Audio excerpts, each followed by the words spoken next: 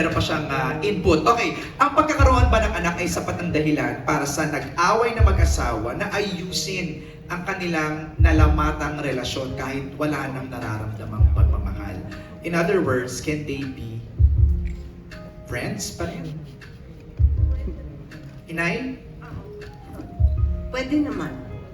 Kasi kung nag-start kayo as friends, pwede kayong ang ending, friends pa rin.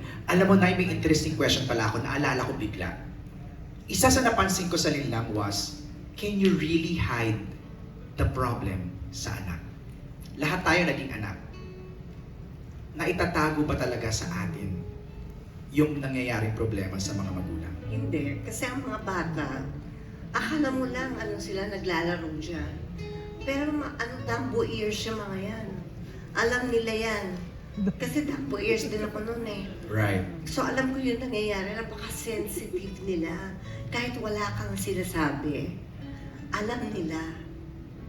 Kasi magkukwento yan pag medyo malaki-laki na. Yes. O diba no, ganito, ganyan, kay ni daddy, ganito, ganyan. Nangyari kay Abby yun. Nangyari kay Abby. Na-verbalize niya kay Victor. O diba, napanood ko yung scene sa gym yata yun, nagsasalita siya dun eh. Yung eksena. Kim, Pao, did you learn something? Kasi, especially you Kim, no? Kasi hindi ka pa nagkakaanak. But may natutunan ka ba dito on how to handle kung sakaling maging nanay ka in the future, issues hiding it from the kid? Actually, wala ka talaga matatago sa bata eh. Kasi nandyan lang naman sila sa gilid. Tsaka hindi mo alam kung ano yung tumatakbo sa utak nila. Ako naman naging anak din ako. And then hindi rin natago sa akin yung problema ng mga magulang ko. And hopefully in the future, may paliwanag ko na maayos sa anak ko kung ano man ang nangyayari sa paligid para hindi rin siya matrauma in a way. Or hindi iba yung pagkakaintindi niya sa nangyayari sa magulang niya. Alright. Pao, ikaw, you're already a parent. So, how did you handle that? Sa akin naman, Sir MJ, parang you always try to not take negative things or negative side na nakikita mo sa parents mo. Pero consciously while growing up, parang nagagawa mo in a way. So, what I really like doing is, or try is really focusing on myself and looking within. Kasi parang ang hirap mag-ayos ng iba kapag hindi mo pa naayos yung sarili mo or kapag alam mong hindi ayos yung sarili mo. Galing. Yeah, you do. Yeah. Okay naman yung sagot yung dalawa. I like it. Teka, masyado tayong seryoso eh. Medyo lagyan natin ng konting fun tong ating kwentuhan.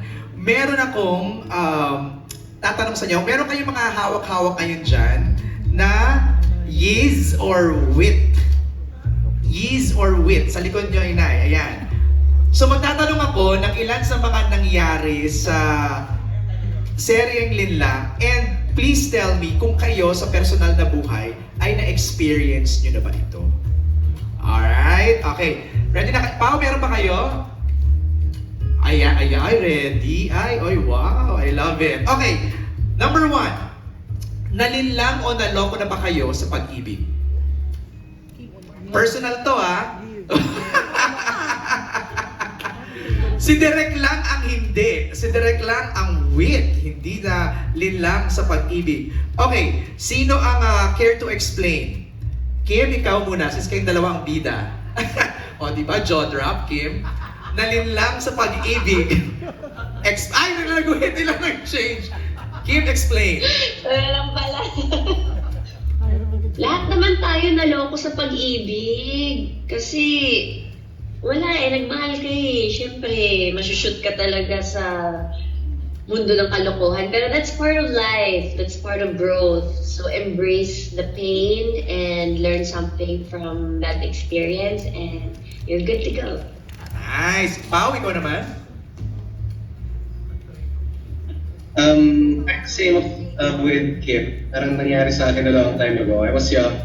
And she was young, and marami naman ako natutunan doon. And thankful na rin ako na nangyari sa akin.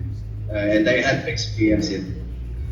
Part yun ng journey, ika nga di ba? Alright, next.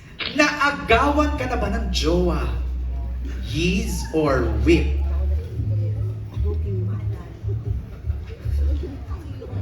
Ay, taray. Si Kim, whip. Si Paolo, yeez. Ina, ikaw. Whip. I love it.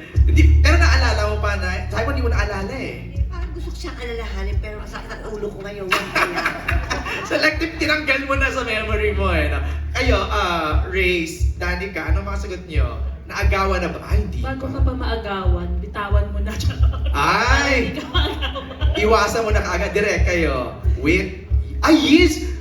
Direct Jojo, totoo ba? Oo, dati pa yun. Anong ginawa mo? Wala. Name reveal. Nagpaka-Juliana ka ba? In-apply mo ba yan dito? Hindi. Bata pa ako nun, tsaka busy sa work. Kaya hinayaan mo na lang. Oo, nawala rin ng time. So I guess part to blame myself sa ano. Kasi walang time for him. Ooh. Okay, next. Naku, nasampal ka ba na ng malakas dahil sa kalokohan mo sa pag-ibig? Wait. Aba, wala pang nasasampulan dito ng sampal because of pag-ibig. Eto, oh my God, nag-agaw ka naman ng jowa na may jowa.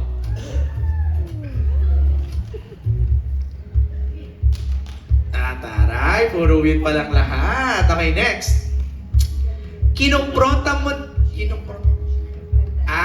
Parang umabot ka na ba sa point na nakipag-confrontation ka sa isang tao or like makipagsuntukan or sabunutan ng dahil sa pag-ibig? Umabot na ba doon? With si Kim. Wait, aba! Ang babait naman pala na matagalin lang. Wala naman pala mga violent reactions. Di ba? Eto. Sino, Yiz? Ay, Yiz, ay! Teka na, kailangan magpaliwanag. hindi ako papaliwanag. I don't owe anybody an explanation. Ay, nasa yan! Diretso ka na doon, eh, no? Oo, ganon. Diretso na kaagad. Grabe. Kalat ko lang ang kinausap nila. I love it. Last question. Nabulag ka naman ng gusto sa pag-ibig? I think it's a unanimous answer. Lahat ay nabulag. Lahat tayo naging tanga. Minsan. Kim, Pao, nabulag na sa pag-ibig? Ikaw, Kim, explain. Yes, how many times, Kim? Grabe. Grabe naman how many times. Alalahanin ko pa ba? Nakakaiyak dyan. Ay, grabe naman. Pero, it was a learning experience for you, for sure. Of course, lahat naman ng experience about love, about life, wala akong pinagsisihan and that's part of life. So, I'm thankful. What was your most recent learning in love? Learning in love, to never stop loving. Kasi love naman comes in all forms. So, friendship, about love with your work and everything. Basta never stop loving. Because when one ends, one starts. Basta yun na yun. Wag tayo again. Grabe may nagsisigawan dito sa Dolphy Theater. Pao, ikaw? Okay. Yee, sabi mo na love is blind ka na noon. Well, ganun naman siguro, Sir MJ, parang when you love someone, you try to love them fully. So, palagi. Maga parang ibibigay mo ng buo, wala kang ititira. Ganon. Something like that. Something like that. Okay, thanks for participating in our small fun segment. Anong masasabi mo sa videong ito? Tara, pag-usapan natin yan sa comment section. And also subscribe and click the notification bell para maging updated sa mga showbiz happenings.